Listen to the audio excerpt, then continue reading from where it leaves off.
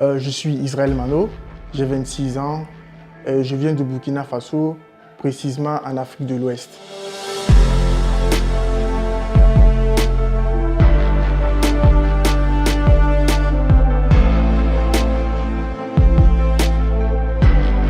Il faut savoir que je suis vice-champion du monde du Vô Nam Viet Vo Dao, qui est un sport de combat d'origine vietnamienne. Alors le Viet Vo Dao est un mélange de karaté, de judo et de lutte. Il faut savoir que je suis né dans une famille où presque tout le monde pratique le sport. Et mon papa est ceinture noire de taekwondo et c'est certainement cela qui m'a amené à pratiquer les arts martiaux dès le bas âge.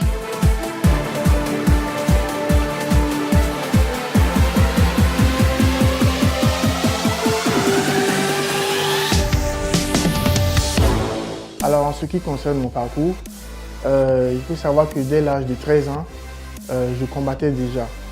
Et à 15 ans, j'ai pris part à mon premier championnat provincial où je suis sorti avec la médaille d'or. Et 2 ans plus tard, j'intègre l'équipe nationale et ce qui me permet de prendre part au championnat d'Afrique avec l'équipe nationale du Burkina Faso. Et par la grâce de Dieu, j'ai obtenu la médaille d'or en combat lors de ce championnat-là.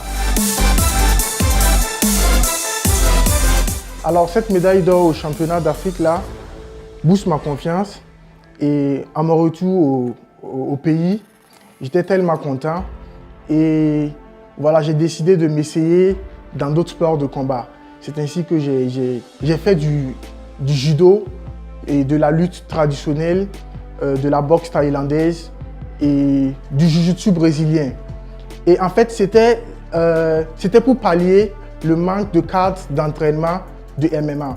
Parce qu'en fait, je voulais passer à une autre étape. Je voulais faire les arts martiaux mixtes. Mais malheureusement, dans mon pays, ce sport-là n'existait pas.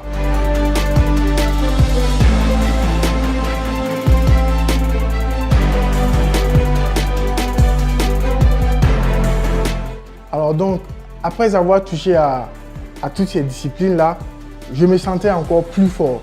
Et c'est ainsi qu'en 2017, j'ai participé à mon 2e championnat d'Afrique qui s'est tenu à Bamako au Mali. Et c'est là que j'ai vécu une expérience qui va changer ma mentalité et qui va également booster mon mental. Et il faut savoir que dès mon premier combat à Bamako, je me suis déboîté le coude. C'était face à un Mauritanien. Et les médecins avaient décidé d'arrêter le combat.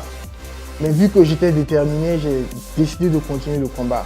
Donc j'ai continué et par la grâce de Dieu, je suis revenu avec une médaille d'or. Alors du retour au pays, après le championnat d'Afrique à Bamako,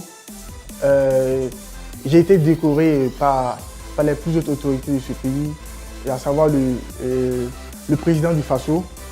Et cela a également contribué à galvaniser mon ambition de continuer à apprendre, de continuer à me perfectionner. Et c'est ainsi qu'en l'année suivante, en 2018, j'ai pris part enfin au championnat mondial. Le championnat mondial, comme son nom l'indique, c'est la présence de toutes les nations.